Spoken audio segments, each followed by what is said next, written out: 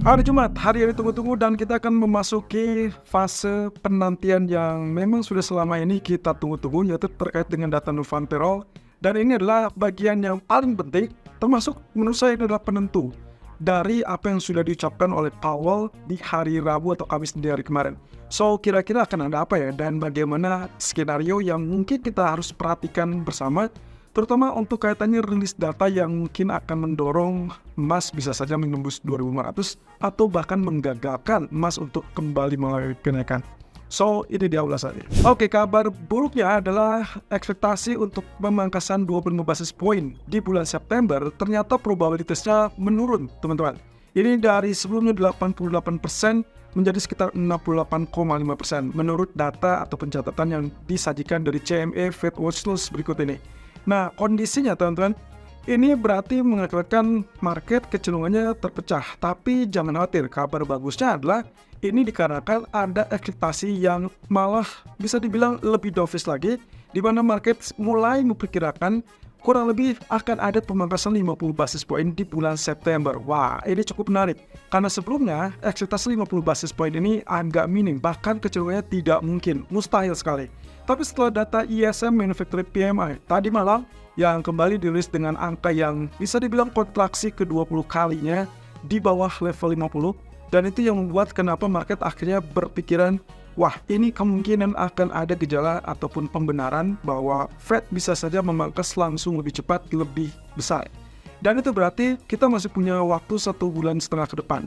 Artinya data-data ekonomi baik itu dari bulan Agustus sampai ke menjelang pertemuan di tanggal 17-18 September, saya rasa ini yang akan menjadi jembatan ataupun bahkan jawaban.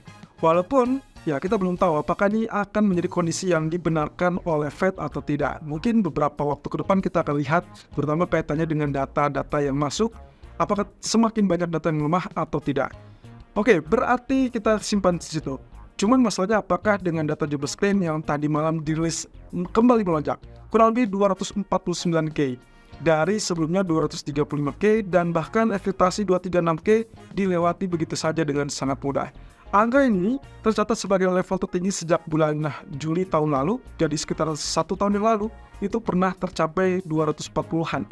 Berarti kalau misalkan seperti ini, ya lonjakan inilah yang menggambarkan kondisi pasar tenaga kerja Amerika yang kelihatannya mulai katakanlah cooling down. Dan kita tidak tahu apakah nanti malam akan tersirat dalam unemployment rate atau tidak. Perkiraan saya kalau misalkan ini memang terus-terusan seperti ini dalam 1 bulan terakhir, ya rata-rata berarti masuk ke unemployment rate, tingkat pengangguran mungkin saja akan didapatkan kembali angka 4,1 atau bahkan lebih tinggi, 4,2%. Nah, inilah yang menjadi catatan juga rambu-rambu bagi para pelaku pasar tentunya.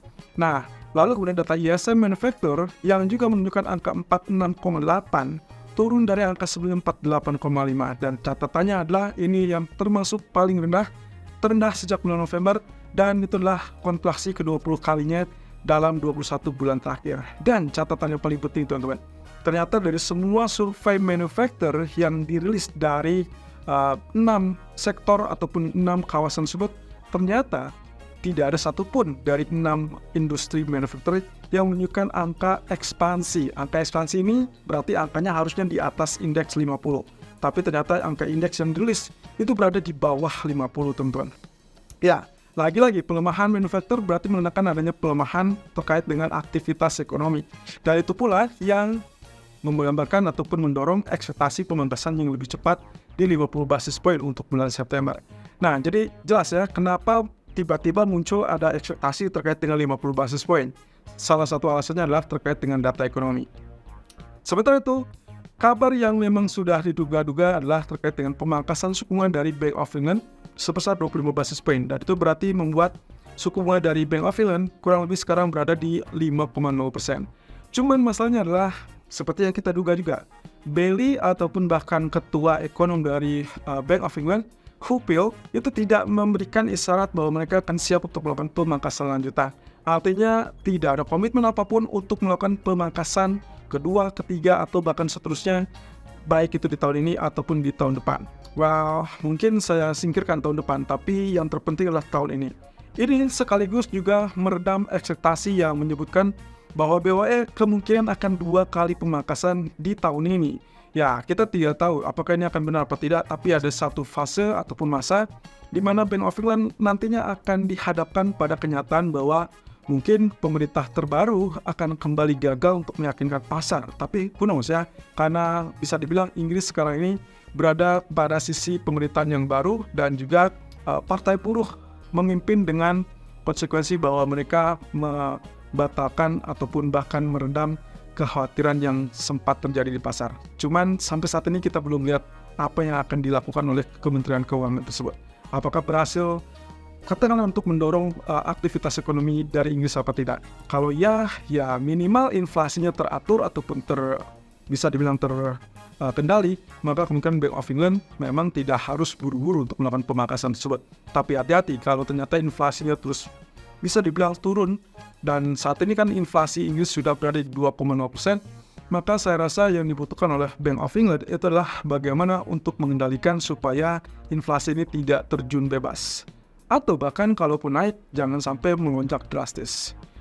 Nah, skenario trading untuk non-farm payroll nanti malam, teman-teman. Kembali lagi kita ada 5 skenario, tapi yang perlu saya ingatkan di sini, skenario nomor 2 dan 4 lah yang kemungkinan akan memberikan reaksi ataupun pergerakan market yang jauh lebih besar. Kita langsung saja.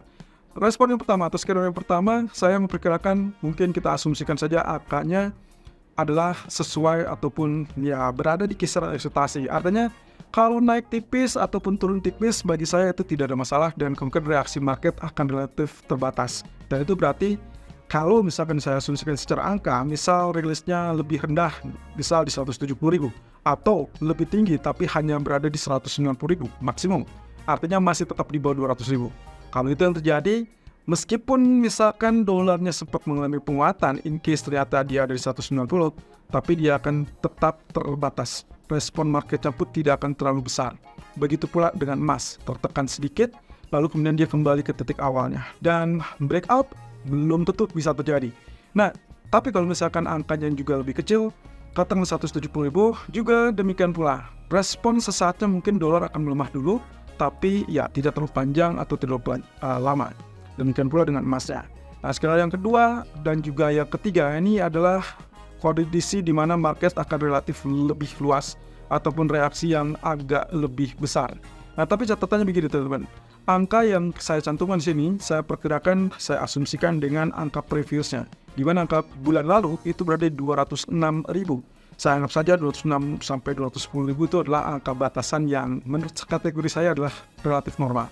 Artinya, kalau angkanya dirilis dengan skenario kedua ini adalah di 195 sampai 210, dolar akan mulai penguatan, emas akan mulai penurunan, tapi mungkin hanya sampai ya bisa dibilang support pertama. Tapi setelah itu market masih tetap dalam euforia bahwa itu masih bisa menjadikan mereka beralasan untuk mendorong ekspektasi pemangkasan suku bunga di bulan September. Walaupun bukan 50 basis point ya, tapi mungkin hanya sekedar 25 basis point. Nah, sementara skenario ketiga ini akan sangat ekstrim. Ya katakanlah angkanya tiba-tiba muncul di atas 220 atau di atas 225.000. Dan itu yang akan menggerakkan US dollar jauh lebih tinggi, rebound lebih tinggi. Dan itu berarti negatif untuk emas, koreksinya cukup tajam. Dan termasuk juga pasar saham, saya rasa masih akan melanjutkan penurunan kalau skenario ketiga ini yang muncul. Nah, sementara kalau misalkan skenario yang nomor 4 masih juga kategori normal, tapi bedanya adalah perlawanan. Katakanlah misalkan angkanya dibilang 155 sampai 165 lah. Dan ini bisa dianggap dolar akan bereaksi negatif dan emasnya akan positif tapi hanya sampai resisten 1. Artinya mungkin 2485 menjelang 2500 fail ataupun tidak langsung tembus.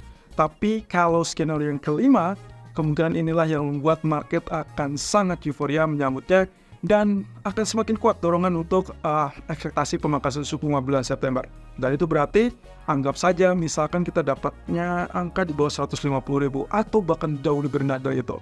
Nah, ini akan sangat membuat tekanan pada US dollar, berarti imbal hasil treasury akan mengalami penurunan lanjutan dan USD Japanese Yen ini yang akan mendukung untuk penurunan di bawah level 148.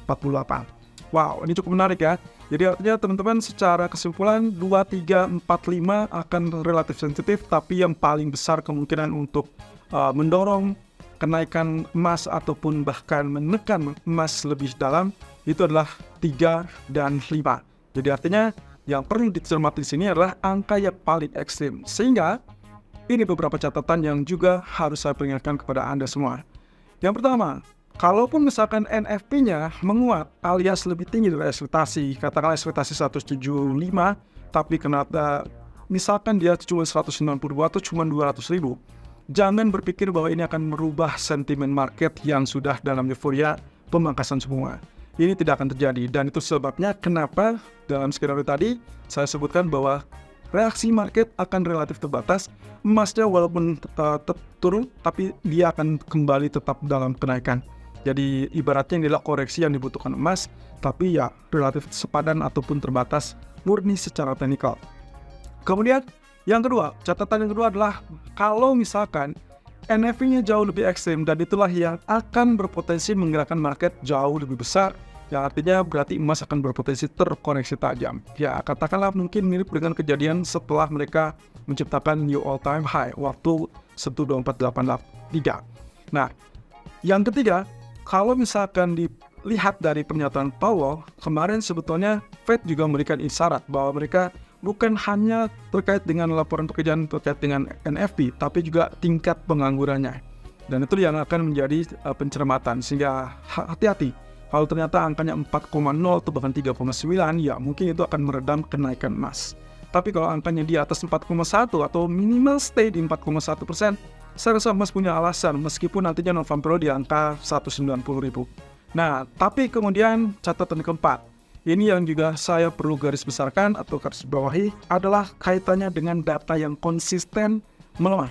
Itu yang dibutuhkan dan dikatakan oleh Powell berkali-kali, bahwasanya secara keseluruhan harus menunjukkan konsistensi melemah. Artinya, kenaikan satu data saja, walaupun cuma satu kali, itu tidak akan mengubah sentimen. Ini mirip refer dengan skenario yang pertama tadi, atau catatan pertama tadi. Artinya lagi-lagi, untuk mengambil keputusan tidak hanya melihat dari satu titik data, melainkan secara progres dalam 1 atau bahkan 3 bulan terakhir.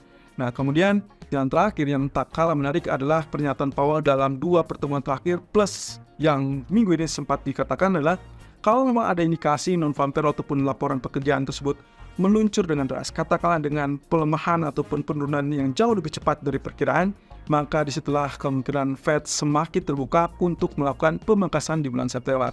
Itu berarti jauh lebih tinggi, emas akan melonjak, bahkan inilah poin utama bahwa tadi saya sempat sebutkan skenario nomor 5, kalau angkanya ekstrim berarti itu yang akan mendorong emas mencapai 2.500 malam nanti atau mungkin dalam waktu dekat. Oke, jadi kira-kira emasnya akan tebus atau misalkan dia rejection ke bawah. Itu akan kita lihat dalam ulasan nanti sore di live streaming di jam 4 sore.